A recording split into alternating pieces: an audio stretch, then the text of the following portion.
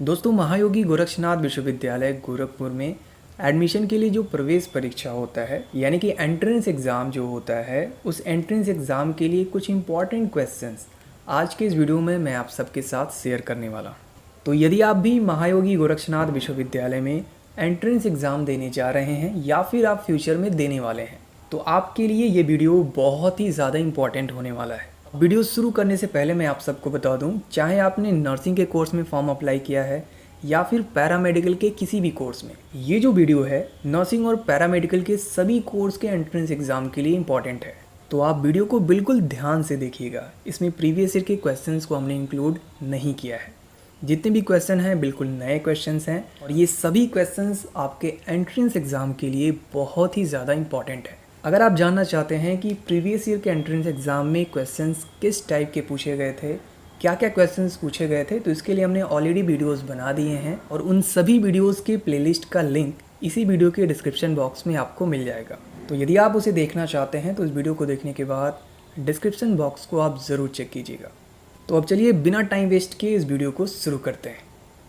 तो दोस्तों, आज के इस वीडियो का जो सबसे पहला इंपॉर्टेंट क्वेश्चन है वो ये है, इंद्रधनुष के 7 रंगों के बीच की पट्टी का रंग होता है। अब देखिए, जिनको भी हिंदी में क्वेश्चन समझ में नहीं आ रहा है, आप लोग यहाँ पर राइट हैंड साइड में देख लीजिए। यहाँ पर अब देखिए, जिनको हिंदी में क्वेश्चन समझ में नहीं आ रहा हो वो लोग यहाँ पर राइट हैंड साइड में देख सकते हैं। यहाँ पर मैंने क्वेश्चन को इंग्लिश लैंग्वेज में रखा है। तो आप चाहे किसी भी बोर्ड से हों, किसी भी मीडियम से हों, इंग्लिश या फिर हिंदी मीडियम, कोई भी दिक्कत नहीं आएगा आपको इस वीडियो में, क्योंकि मैंने यहाँ पर दोनों ही लैंग्वेज में क्वेश्चंस को रखा है। अब देखिए, ये जो क्वेश्चन है, the colour of the strip between the 7 colours of the rainbow is, वो होता है ग्रीन यानी कि हरा। तो यहाँ पर ऑप्शन ए सही जवाब हो जाएगा। अब आगे बढ़ते हैं। अगला क्वेश्चन, प्राकृतिक चयनवाद सिद्धांत देन है। तो प्राकृतिक चयनवाद सिद्धांत किसका देन है, यहाँ पर पूछा गया है। तो देखिए, जो प्राकृतिक चयनवाद सिद्धांत था वो दिया गया था डार्विन के द्वारा, यानी कि ऑप्शन डी यहाँ पर सही जवाब हो जाएगा। अब नेक्स्ट क्वेश्चन, क्वेश्चन नंबर 3 है आज के इस वीडियो का, निम्नलिखित में से कौन सा सामान्यतः फफूंदनाशक के रूप में प्रयोग होता है। तो इन चारों ही ऑप्शंस में से आपको बताना है कि फफूंदनाशक के रूप में कौन सा केमिकल यूज किया जाता है। इसका सही जवाब है कॉपर सल्फेट, यानी कि ऑप्शन बी यहाँ पर सही जवाब हो जाएगा। अब चलिए आगे बढ़ते हैं। नेक्स्ट क्वेश्चन, N2O3 में नाइट्रोजन तत्व की संयोजकता है, यानी कि the valency of nitrogen element in N2O3 is, यानी कि नाइट्रोजन ट्राईऑक्साइड में नाइट्रोजन तत्व की यहाँ पर वैलेंसी क्या है, ये आपको बताना है। अब देखिए, ये जो क्वेश्चन है बहुत ही आसान क्वेश्चन है। सही जवाब इसका है वो है 3, यानी कि +3 यहाँ पर नाइट्रोजन तत्व की संयोजकता है। आई होप आपको ये क्वेश्चन अच्छे से समझ में आ गया होगा। क्वेश्चन नंबर 5 है आज के इस वीडियो का, कोशिका में आंतरिक ऊर्जा का संचयन होता है। इसका सही जवाब है ATP अणुओं में, यानी कि इन ATP मॉलिक्यूल्स। आगे बढ़ते हैं। क्वेश्चन नंबर 6, अमाशय में पाचक रस का श्रवण करता है, यानी कि स्टमच में पाचक रस का श्रवण कौन करता है इन चारों ही ऑप्शंस में से। तो देखिए, इसका जो सही जवाब है वो है आवरण ऊतक, यानी कि कवरिंग टिश्यू।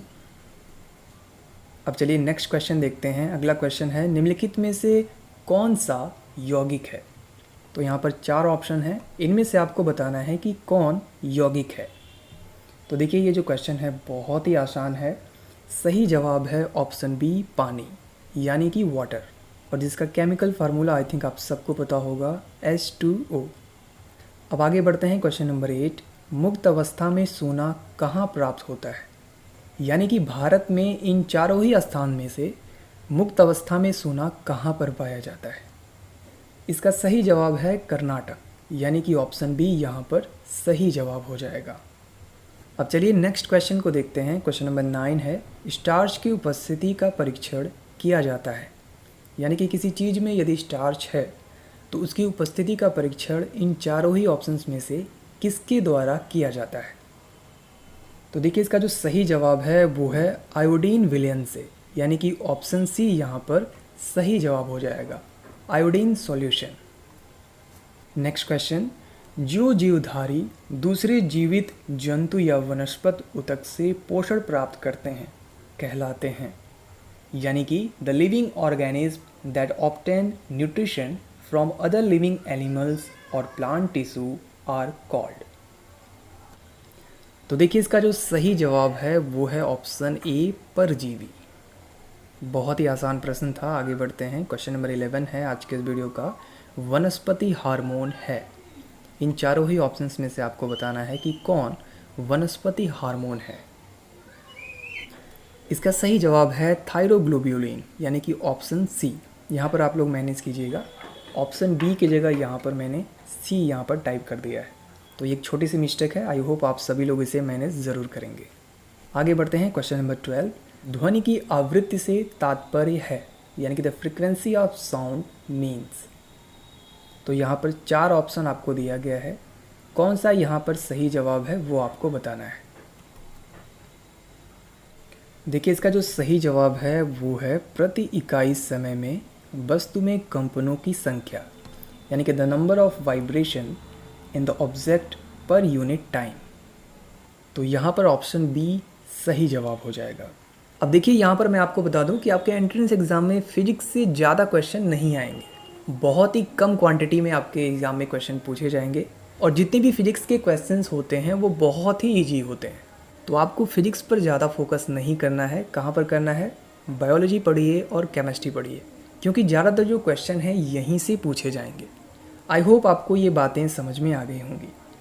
अब चलिए आगे बढ़ते हैं। अगला जो क्वेश्चन है, यानी कि क्वेश्चन नंबर 13, निम्नलिखित में किस पदार्थ में प्रतिरोध सर्वाधिक होता है, यानी कि विच of the following substance has the highest resistance. तो देखिए इन चारों ही ऑप्शंस में से जो सही जवाब है वो है नाइक्रोम, यानी कि ऑप्शन डी यहाँ पर सही जवाब हो जाएगा। अब चलिए आगे बढ़ते हैं। क्वेश्चन नंबर 14 है, स्थिर ताप पर, यानी कि कांस्टेंट टेम्परेचर पर किसी चालक तार का प्रतिरोध निर्भर करता है, यानी कि किसी कंडक्टिंग वायर का रेजिस्टेंट डिपेंड करता है। किस पर डिपेंड करता है? इन चारों ही ऑप्शंस में से आपको बताना है। तो देखिए कांस्टेंट टेम्परेचर पर किसी तार का जो रेजिस्टेंस है वो डिपेंड करता है तार की लंबाई तथा तार के अनुप्रस्थ काट के क्षेत्रफल पर, यानी कि on the length of the wire and the area of the cross section of the wire. तो इन दोनों ही चीज़ पर डिपेंड करता है। आई होप आपको ये समझ में आ गया होगा। आगे बढ़ते हैं। क्वेश्चन नंबर 15, किसी उत्तल लेंस के फोकस तथा प्रकाशिक केंद्र के मध्य रखी वस्तु का प्रतिबिंब होता है, यानी कि the image of an object placed between the focus and optical centre of a convex lens is.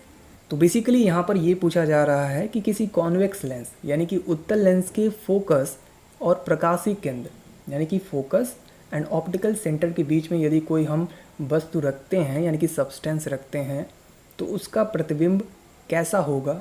चारों ही ऑप्शंस के अकॉर्डिंग आपको बताना है। तो देखिए इस तरह के जितने भी क्वेश्चंस बनते हैं बहुत ही आसान होते हैं। जैसे ही आप डायग्राम बनाएंगे तो आपको इसकी डिटेल इन्फॉर्मेशन मिल जाती है। तो आप लोग डायग्राम बना लीजिएगा और जो सही आंसर हो जाएगा वो हो जाएगा वस्तु से बड़ा, सीधा तथा काल्पनिक। तो यहाँ पर ऑप्शन ए करेक्ट आंसर हो जाएगा। आगे बढ़ते हैं। क्वेश्चन नंबर 16, ऊर्जा का नवीकरणीय स्रोत है, यानी कि renewable source of energy is. तो चारों ही ऑप्शंस में से आपको बताना है, और ये जो क्वेश्चन है बहुत ही आसान क्वेश्चन है। सही जवाब हो जाएगा ऑप्शन सी, ज्वार भाटा। आगे बढ़ते हैं। क्वेश्चन नंबर 17, हाइड्रा अपना भोजन प्राप्त करता है। तो हाइड्रा अपना भोजन कैसे प्राप्त करता है, इन चारों ही ऑप्शंस में से वो आपको बताना है। अब देखिए इसका जो सही जवाब है वो है स्पर्शकों द्वारा, यानी कि ऑप्शन सी सही जवाब हो जाएगा। अब आगे बढ़ते हैं। क्वेश्चन नंबर 18 है, वृद्धि के कारण जीव में परिवर्तन होता है, यानी कि due to growth changes occurs in organism. तो इन चारों ही ऑप्शंस में से जो बेस्ट ऑप्शन है, यानी कि जो सही जवाब है वो है ऑप्शन सी, आकार व आयतन में, यानी कि in size and volume also. तो ये हो जाएगा इसका सही जवाब। अब आगे बढ़ते हैं। क्वेश्चन नंबर 19, इंसुलिन की स्रावक है, यानी कि इंसुलिन इन चारों ही ग्लैंड में से कहाँ से उत्पन्न होता है।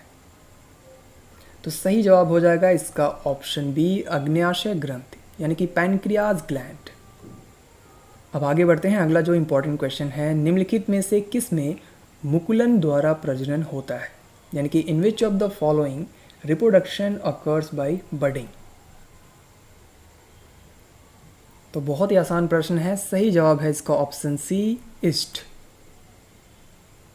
तो इस तरीके से आज के इस वीडियो में हमने 20 ऐसे इंपॉर्टेंट क्वेश्चंस को देखा है जो कि आपके एंट्रेंस एग्ज़ाम में पूछे जा सकते हैं, यानी कि आपके एंट्रेंस एग्ज़ाम के लिए बहुत ही ज़्यादा इंपॉर्टेंट है। सो आई होप आपको ये वीडियो ज़रूर पसंद आया होगा, और मैं सोच रहा था कि इसी तरह के और भी इंपॉर्टेंट क्वेश्चंस को लेकर के और भी वीडियोज़ बनाए जाएँ आप सबके लिए।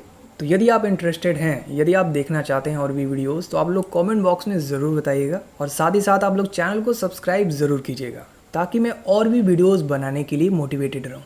सो आई होप आप सबको ये वीडियो ज़रूर पसंद आया होगा। यदि आप प्रीवियस ईयर के क्वेश्चंस को देखना चाहते हैं, यानी कि आप जानना चाहते हैं कि प्रीवियस ईयर के एंट्रेंस एग्ज़ाम में क्या क्या पूछा गया था, तो उसके लिए मैंने ऑलरेडी वीडियोज़ बना दिया है, और उन सभी वीडियोज़ के प्लेलिस्ट का लिंक आपको इसी वीडियो के डिस्क्रिप्शन बॉक्स में मिल जाएगा। तो यदि आप वाकई में देखना चाहते हैं तो जाइए, डिस्क्रिप्शन बॉक्स में मैंने लिंक दे दिया है, उसके माध्यम से आप सभी वीडियोज़ को देख पाएंगे। सो दोस्तों, आज के वीडियो में सिर्फ इतना ही। बहुत ही जल्द मिलते हैं अपने नेक्स्ट वीडियो में। और इसके साथ ही साथ आपको बताना चाहेंगे, यदि अभी तक आपने हमारे व्हाट्सएप और टेलीग्राम चैनल को ज्वाइन नहीं किया है तो उसको भी आप लोग ज़रूर ज्वाइन कर लीजिएगा। इसका भी लिंक इसी वीडियो के डिस्क्रिप्शन बॉक्स में दिया गया है। तो मिलते हैं बहुत ही जल्द अपने अगले वीडियो में। तब तक के लिए wish you all the best.